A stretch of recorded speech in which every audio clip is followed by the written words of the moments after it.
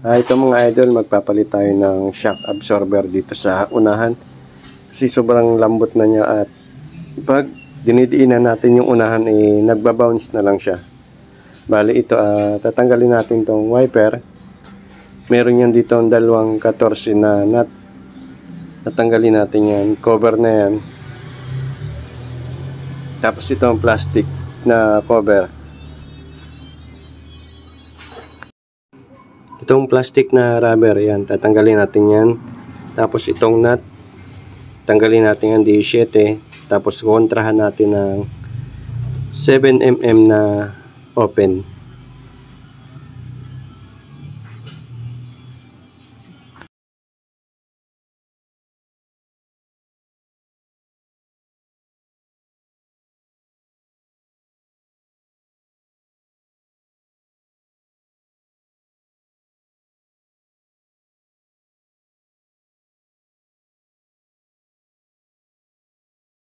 Tapos dito naman tayo sa gulong, tanggalin natin tong 4 na nut ng gulong. 21mm yan na socket.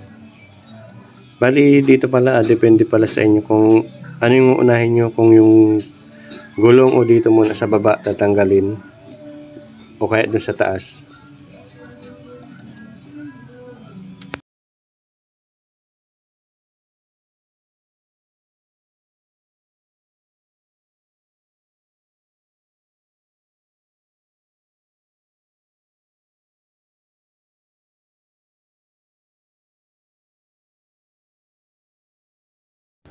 Tapos itong nut na D7, tatanggalin natin yan. Tapos itong dalawa na 19 na socket. Tapos kukontrahan natin siya ng D7. Tapos ito. Yan, binubunot lang naman yan.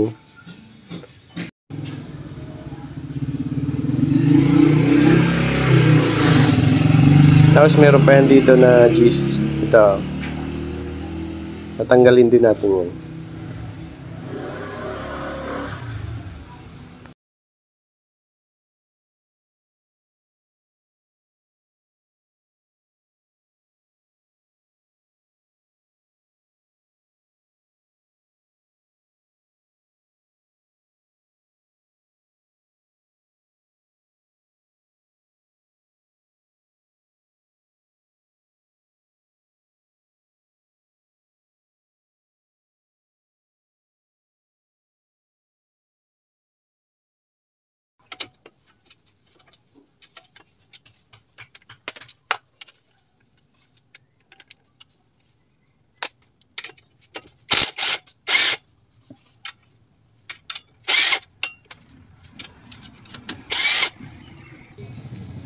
Ito, nabaklas na natin yung buo. Tatanggalin din natin tong nut na to. Pero bago natin baklasin yan, kailangan natin kontrahin yung spring. Meron naman tayong pantanggal yan, itong coil spring compressor. Yung iba naman ginagamit dito alambre pag wala silang gantong tools. Ako meron naman ako nito. Kaya maganda talaga yun na nag-invest ka rin ng proper tools para hindi ka na mahihirapan. Matagal ko na rin binili ito at alam ko balang araw ay magagamit ko rin.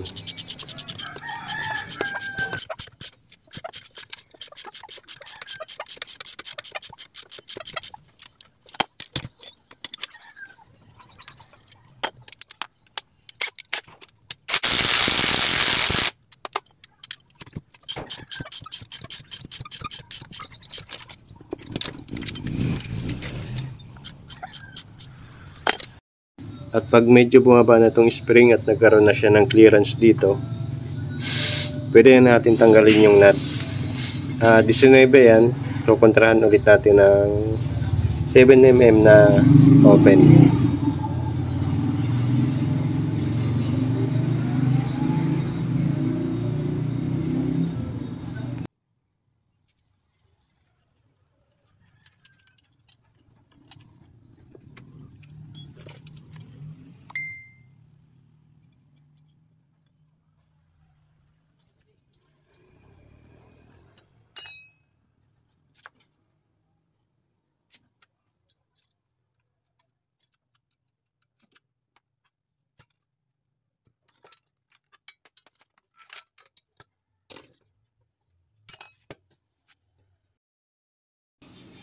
Ganito malalaman pag sira na yung shock.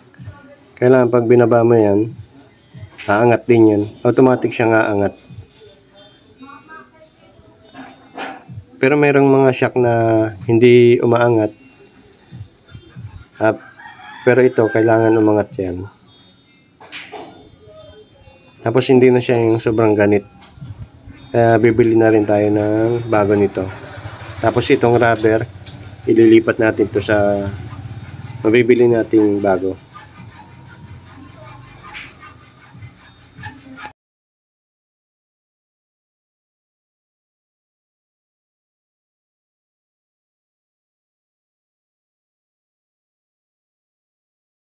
Ito na yung shock na. Dalawa na yan, kaliwa kanan na yung papalitan natin. Ito yung sinasabi ko pag okay yung shock niya. Tanggalin natin tong pinaka-ano niya.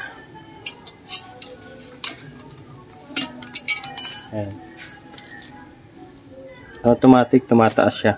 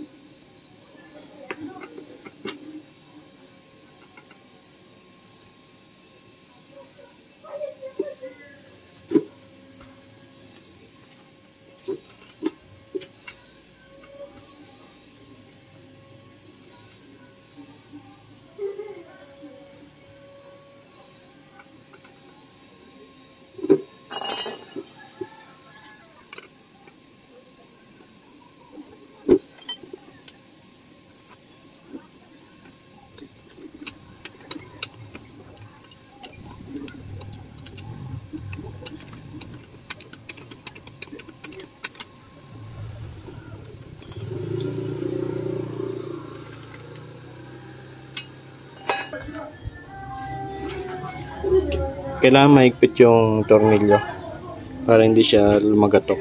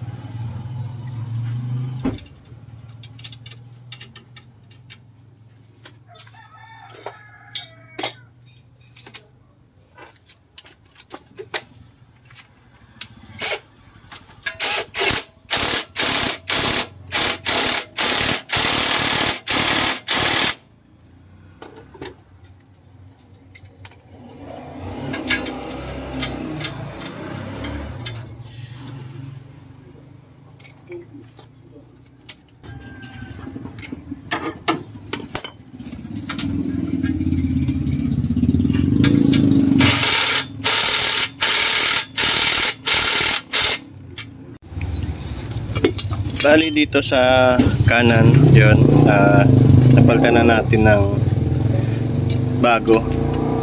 Sa pagkabit ganun din, kung paano yung sa kanan, sa kaliwa, ganun din ang pagkabit sa kanan.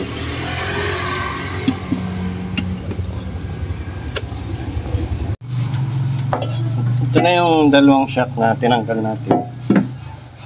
Ito yung sa kaliwa. Ito napapansin nyo. Medyo may ganit pa siyang konti. Pero wala na din siya, no? Pero dito sa kanan, wala na talaga, sira na siya. Yan, sobrang lambot na. Taglag na.